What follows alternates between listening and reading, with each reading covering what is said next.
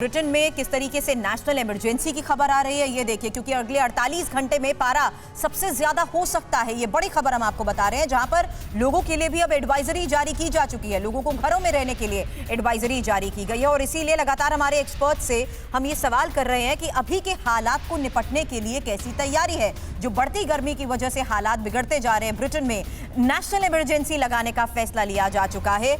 हिमांशु दीक्षित, मैं सवाल आपसे भी करना चाहूंगी क्योंकि पेरिस में भी हालात कुछ अलग नहीं है। यही बड़ा सवाल है, need of the hour, immediate effect, क्या सॉल्यूशंस ऐसे हो सकते हैं जिन पर काम करने की कोशिश है? हिमांशु। जी मैं आपको बता दूं कि पेरिस फ्रांस की सबसे पोल्यूटेड सिटी में से एक है फॉर ऑब्वियस रीजंस। यहाँ सबसे ज्यादा पॉपुलेशन है, सबसे ज्यादा कार्स हैं। पेरिस में इटसेल्फ मैं बता दूं, यहाँ की जो मेयर है उन्होंने सैटरडे संडेज को, जो कि पेरिस की जो सेंट्रल रीजन्स होते हैं वहां पे कार नहीं अलाउ करी गई है। इनफैक्ट पेरिस में 20 डिस्ट्रिक्ट्स हैं, जिसमें कि जो बीच वाली 3 डिस्ट्रिक्ट्स और 4 डिस्ट्रिक्ट्स हैं उनको बोला जा रहा है कि 2024-25 तक कार फ्री कर दिया जाएगा। मैं एक आपको अपना पर्सनल एक्सपीरियंस बता दूं, पिछले हफ्ते फ्रांस में भीषण गर्मी थी जैसे अभी भी है। मैं फ्रांस के नॉर्दर्न पार्ट में गया था, ब्रिटेनी में, जो कि अटलांटिक कोस्ट पे पड़ता है, और वहां पे जनरली टेम्परेचर 20 से 25 डिग्री रहता है समर्स में। और वहां पे सारे लोग कैंप करते हैं, नदी किनारे अपना समर हॉलीडेज बिताते हैं। इस बार ब्रिटेनी के रीजन में भी, वहां पे भी इस बार 32 से 33 डिग्री गया था, जो वहां के लोगों के लिए, क्योंकि एक नॉर्दर्न हेमिस्फीयर टाइप की जगह है, वहां के लोगों के लिए वो बिल्कुल एक तरीके से आप मान लीजिए कि लोग हाइड कर रहे थे। बीच की सन की जगह जहां जहां उनको हाइड करने की जगह मिल रही थी वहां वहां जा रहे थे। तो फ्रांस में जो ये समय होता है, ये हॉलिडे समय होता है, और इस समय हॉलिडे की जगह लोगों को इवैक्यूएट किया जा रहा है साउथ वेस्ट रीजन पे, जहां पे हाई अलर्ट किया जा चुका है। 16,000 लोग, एक रीजन है फ्रांस का जहां बीच का एरिया, वहां से उनको इवैक्यूएट किया गया था। तादाद बताई जा रही है 16,500 हिमांशु, ये मुझको लगता है कि और ये बढ़ता जाएगा मामला। स्पेन से लेकर फ्रांस तक में जंगल में लगी हुई आग, क्या होगा जीव जंतुओं का, क्या होगा ह्यूमन रेस का? क्या ये अस्तित्व पर संकट का बड़ा गहरा सवाल नहीं खड़ा हो गया? और इसीलिए मैं अशोक विजयवान साहब ये बार बार कह रहा हूं कि क्या हम आग लगने पर अब कुआं खोद रहे हैं? युक्तेश्वर जी के पास एक बार ब्रिटेन जाना चाहता हूं। युक्तेश्वर जी, वहां इससे निपटने के लिए 2 तरह की चीजें हैं, एक शॉर्ट टर्म और दूसरा लॉन्ग टर्म। शॉर्ट टर्म फौरन कार आमद, क्या उपाय सोचे जा रहे हैं? जी बिल्कुल, क्योंकि मैं यहाँ पे खुद ही डिप्टी मेयर रहा हूँ और अभी भी काउंसलर हूँ, तो एक तो शॉर्ट टर्म, एक लॉन्ग टर्म है। लॉन्ग टर्म में ये है कि हमारा जो ब्रिटेन की गवर्नमेंट का ये है कि बाय 2035 हम लोग 67% कार्बन एमिशन को कट करेंगे, और बाय 2040 करीब 78%, और बाय 2050 इसको नेट जीरो कर देंगे। ये विशफुल थिंकिंग है, रियलिस्टिक है? रियलिस्टिक है, क्योंकि हम 2050 की बात कर रहे हैं। यहाँ तक कि हमारा जो प्रोविंस है, जो काउंटी है, हमारा तो 2030 ही है, अभी 2022 है। 8 साल के बाद में ही हम नेट जीरो कर रहे हैं। जैसे एक शॉर्ट टर्म मान लीजिए, आज की बात हम कर रहे हैं, यहाँ पे साइकिलों के लिए, इलेक्ट्रिक्स बाइक के लिए, इलेक्ट्रिक्स कार के लिए काफी ज्यादा हम लोग इंकरेजमेंट कर रहे हैं।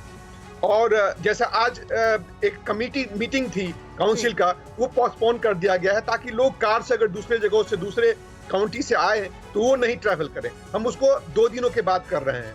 शॉर्ट टर्म काफी ज्यादा प्रयास किए जा रहे हैं। और आपने जो बताया लंदन ब्रिज का, ये लंदन ब्रिज नहीं, ये हैमरस्मिथ ब्रिज है। ये ग्रेड 2 लिस्टेड बिल्डिंग है। जो ग्रेड 2 स्टार लिस्टेड बिल्डिंग होती है, उनको काफी हम प्रोटेक्शन देते हैं। एग्जैक्टली। लेकिन अभी भी डॉक्टर सतीश, हमने ये जरूर जान लिया कि ये हालात क्यों बने हुए हैं, और इस बीच ये भी सबसे बड़ा सवाल था कि इसकी वजह क्या है। अब आगे सवाल ये उठता है कि ये कब खत्म होगा। यानी अभी जिन शॉर्ट टर्म सॉल्यूशंस की हम बात कर रहे हैं, उसके तहत ग्राउंड रियलिटी क्या है ये तो देखना होगा, लेकिन क्या एक्सपेक्ट करें? हमें इंतजार करना होगा चेंज ऑफ वेदर कंडीशंस, या कुछ मौसम की तरफ से जो राहत की खबर एक्सपेक्ट की जा सकती है आने वाले दिनों में? देखिए, जो डैमेज हो चुका है इन्वायरमेंट में, अब जो फौरी तौर पे जो कुछ वेदर चेंजेज होंगे तो उसके वजह से तो होगा, लेकिन आपको ये सस्टेन्ड, आपको ये मान के चलना चाहिए कि ये जो प्रॉब्लम है ये अभी फौरी तौर पे खत्म नहीं होने वाला।